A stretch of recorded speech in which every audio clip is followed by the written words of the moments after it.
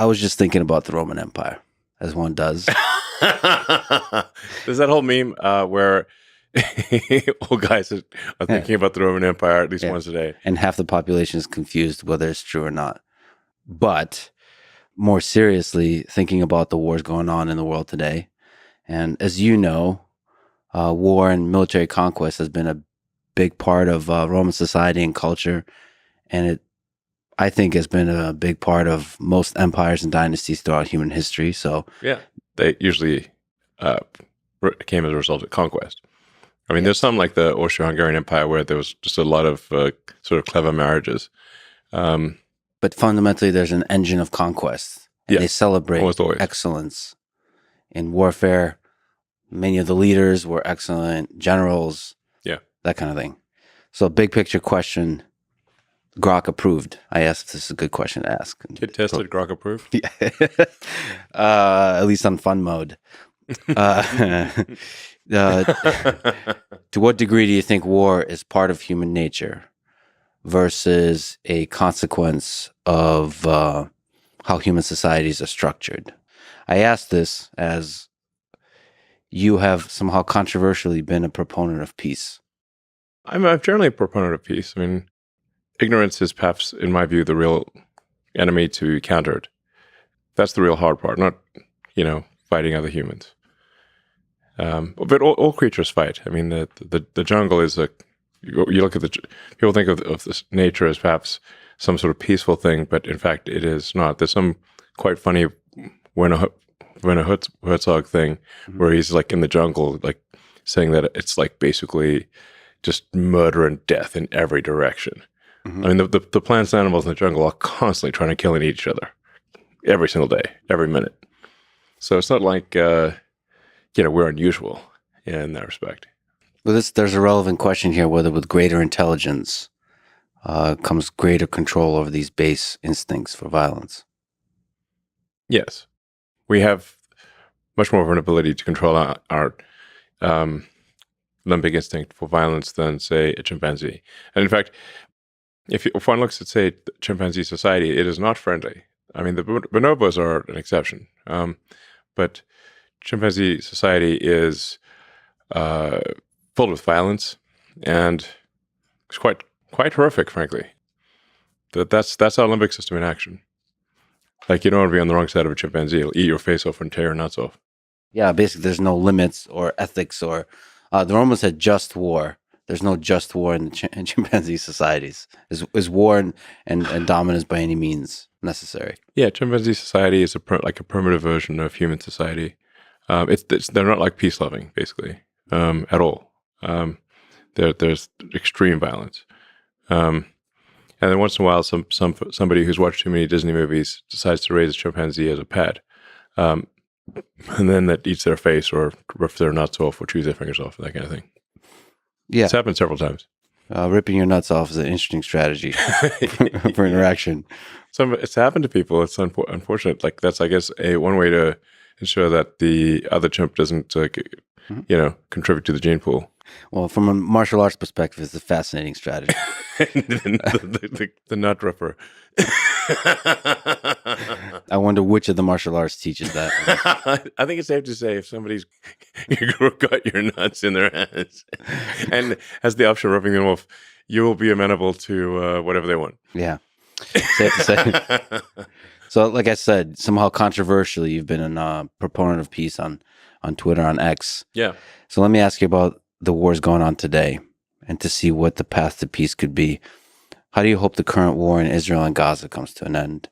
What path do you see that can minimize human suffering in the long term in that part of the world? Well, I think that part of the world is definitely like, if you look up there is no easy answer in the dictionary. It'll be that, like the picture of the Middle East, and Israel especially. So there is no easy answer. What this is strictly my opinion of, is that the goal of Hamas was to provoke an overreaction from Israel. They obviously do not expect to, have a military victory, but they really wanted to commit the worst atrocities that they could in order to provoke the most aggressive response possible from Israel, and then leverage that aggressive response to rally Muslims worldwide for the cause of Gaza and Palestine, which they have succeeded in doing. So the counterintuitive thing here, I think that the thing that I think should be done, even though it is very difficult, is that I would recommend that Israel engage in the most conspicuous acts of kindness possible. Everything. That is the actual thing that would thwart the goal of Hamas. So in some sense, the degree that makes sense in geopolitics, turn the other cheek, implemented. It's not exactly turn the other cheek, because I do think that there's, I think it is appropriate for Israel to find the Hamas members and, either kill them or incarcerate them. That's something has to be done, because they're just going to keep coming otherwise.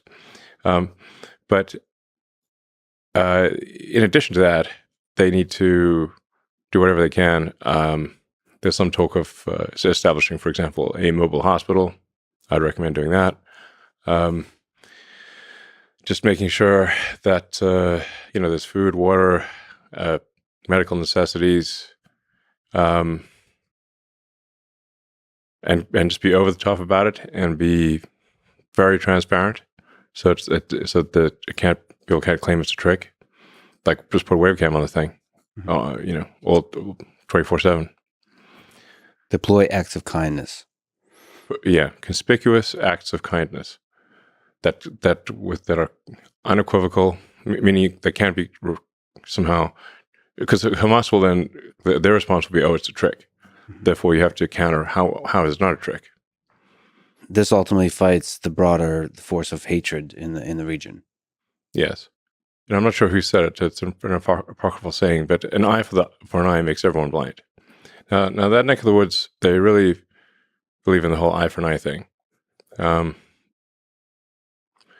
But I mean, you really have, if you're not going to just outright commit genocide, like against an entire people, which obviously would not be acceptable to really shouldn't be acceptable to anyone, then you're going to leave basically a lot of people alive who subsequently, hate Israel. So really the question is, like, how, for every Hamas member that you kill, how many did you create? Mm-hmm. And if you create more than you killed, you've not succeeded. That's the real situation there. And it's safe to say that if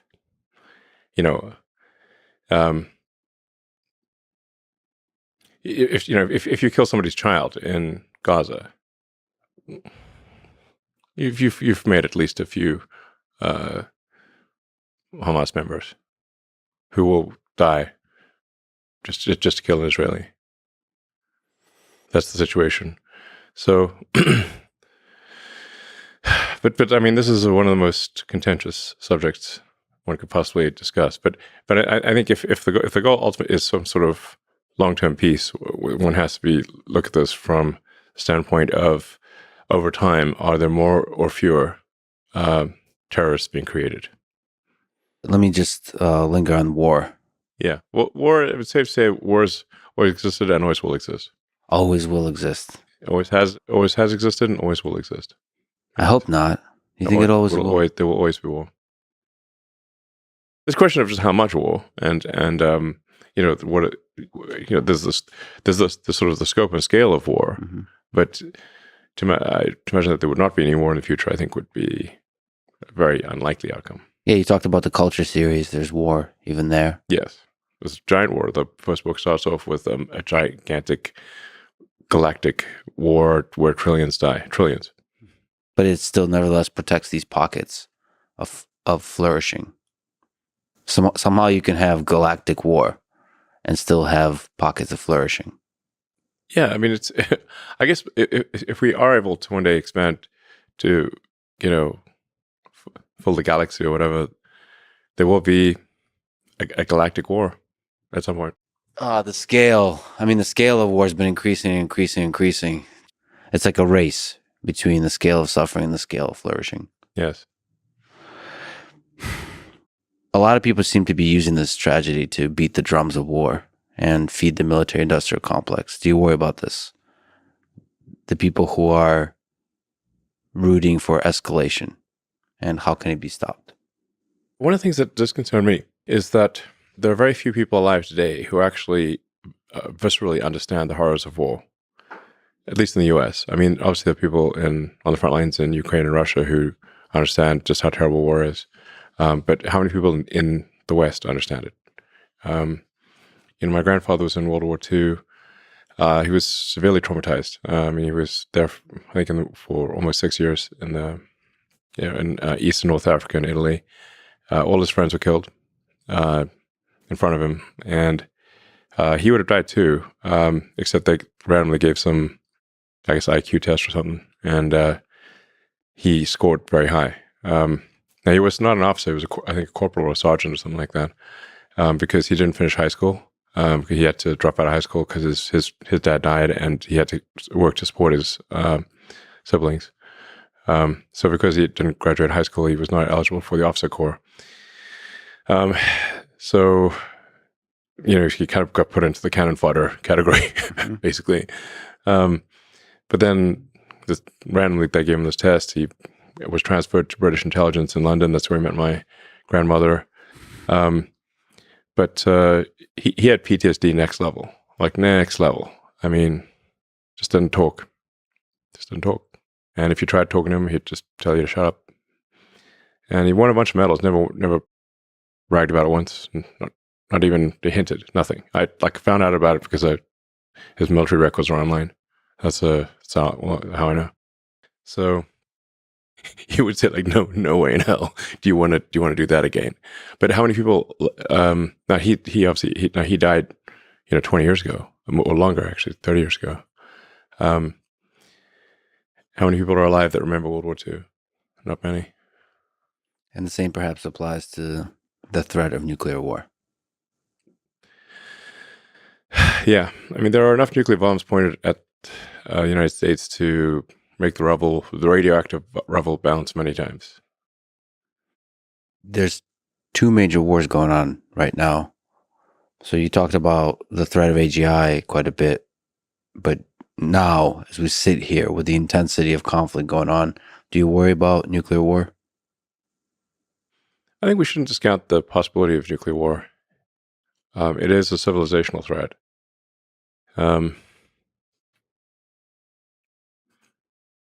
Right now, I could be wrong, but I think the current probability of nuclear war is quite low. But there are a lot of nukes pointed at us. So, and we have a lot of nukes pointed at other people. They're still there. Nobody's put their guns away. The missiles are still in the silos. And the leaders don't seem to be the ones with the nukes talking to each other. No. There are wars which are tragic and difficult on a local basis, and then there are wars which are civilization ending or has that potential. Obviously, global thermonuclear warfare has high potential to end civilization, perhaps permanently, but certainly to severely wound and perhaps set back human progress by to the Stone Age or something. I don't know. Pretty bad. Probably scientists and engineers want to be super popular after that as well. They're like, you got us into this mess. Mm-hmm. So generally, I think we obviously want to prioritize civilizational risks over things that are painful and tragic on a local level, but not civilizational. How do you hope the war in Ukraine comes to an end? And what's the path, once again, to minimizing human suffering there? Well, I think that what is likely to happen, which is really pretty much the way it is that something very close to the current lines will be how a ceasefire or truce happens. But you just have a situation right now where whoever goes on the offensive will suffer casualties at several times the rate of whoever's on the defense. Because you've got defense in depth, you've got minefields, trenches, anti-tank defenses. Nobody has air superiority because the anti-aircraft missiles are really far better than the aircraft. Like, there are far more of them. And so neither side has air superiority. Tanks are basically death traps, just slow moving, and they're not immune to anti-tank weapons. So you really just have long range artillery and infantry in trenches. It's World War I all over again, with drones. Throwing little drones, some drones there, which makes the long range artillery just that much more accurate and better, and so more efficient at murdering people on both sides. Yeah. So it's whoever is. You don't want to be trying to advance from either side, because the probability of dying is incredibly high. So in order to overcome defense in depth trenches and minefields, you really need significant local superiority in numbers. Ideally, combined arms, where you do a fast attack with aircraft, a concentrated number of tanks, and a lot of people. That's the only way you're going to punch through a line. And then you're going to punch through and then not have reinforcements just kick you right out again. I mean, I really recommend people read World War I warfare in detail. It's rough. I mean, the sheer number of people that died there was mind-boggling. And it's almost impossible to imagine the end of it that doesn't look like almost exactly like the beginning, in terms of what land belongs to who and so on. But on the other side of a lot of human suffering, death, and destruction of infrastructure. Yes. I mean, the thing that, the reason I proposed some sort of truce or peace a year ago was because I predicted pretty much exactly what would happen, which is a lot of people dying for basically almost no changes in land, and the loss of the flower of Ukrainian and Russian youth. And we should have some sympathy for the Russian boys as well as the Ukrainian boys, because the Russian boys didn't ask to be on the front line; they have to be. So, there's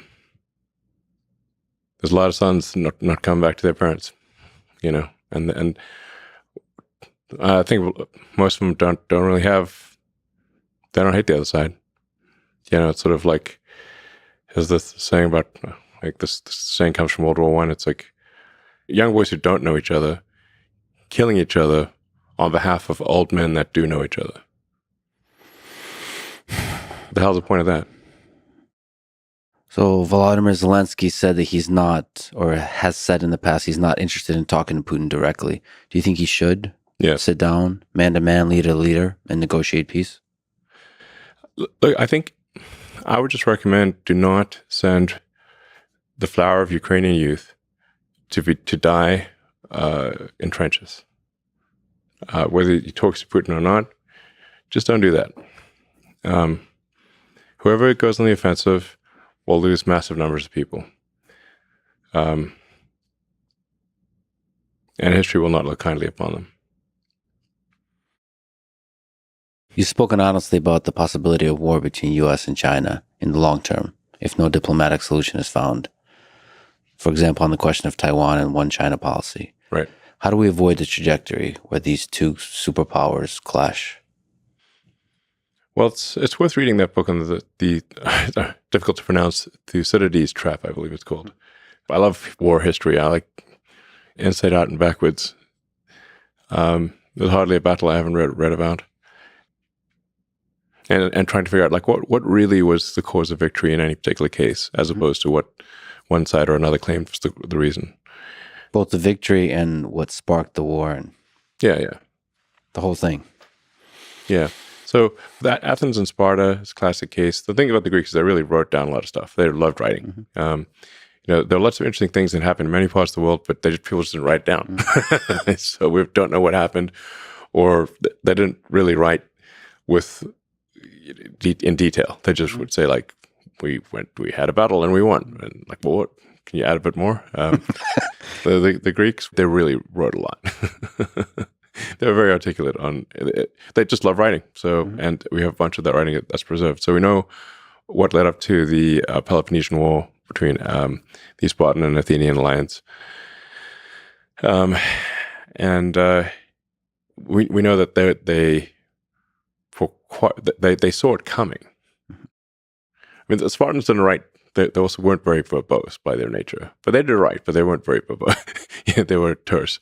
But the Athenians and the other Greeks wrote a lot, and they were like, and Sparta was really kind of like the leader of Greece. But Athens grew stronger and stronger with each passing year, and everyone's like, well, that's inevitable that there's going to be a clash between Athens and Sparta.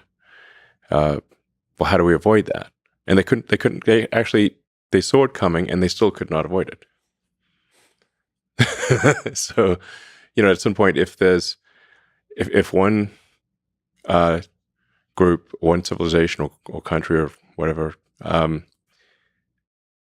exceeds another, sort of like if, the United States has been the biggest kid on the block since I think around 1890 from an economic standpoint. So the United States has been the most powerful economic engine in the world longer than anyone's been alive.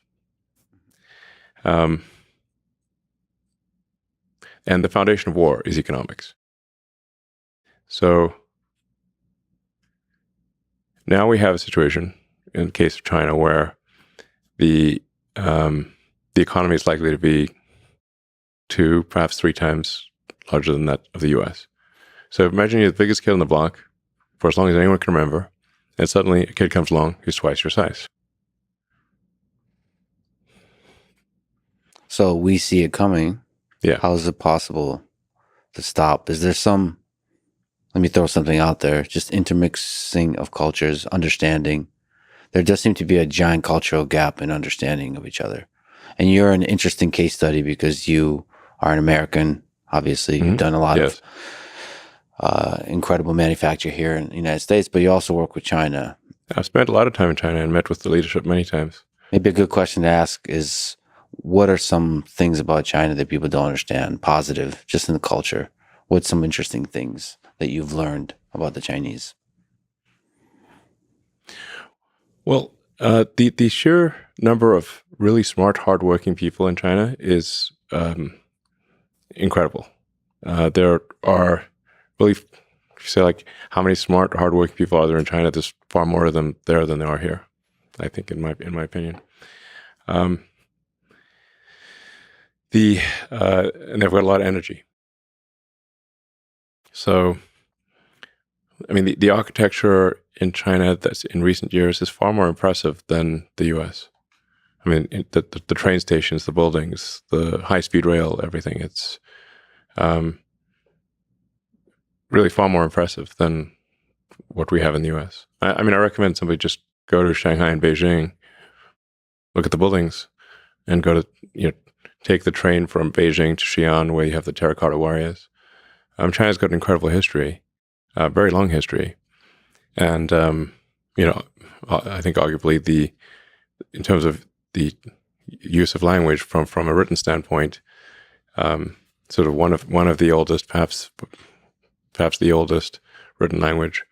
And in China, people did write things down. So now China historically has always been, with rare exception, been internally focused. They have not been acquisitive. They've fought each other. There have been many, many civil wars. In the Three Kingdoms War, I believe they lost about 70% of their population. So they've had brutal internal wars, like civil wars that make the U.S. Civil War look small by comparison. So I think it's important to appreciate that China is not monolithic. We sort of think of like China as this sort of one entity of one mind, and this is definitely not the case. From what I've seen, and I think most people who understand China would agree, that people in China think about China 10 times more than they think about anything outside of China. So it's like 90% of their consideration is, is internal.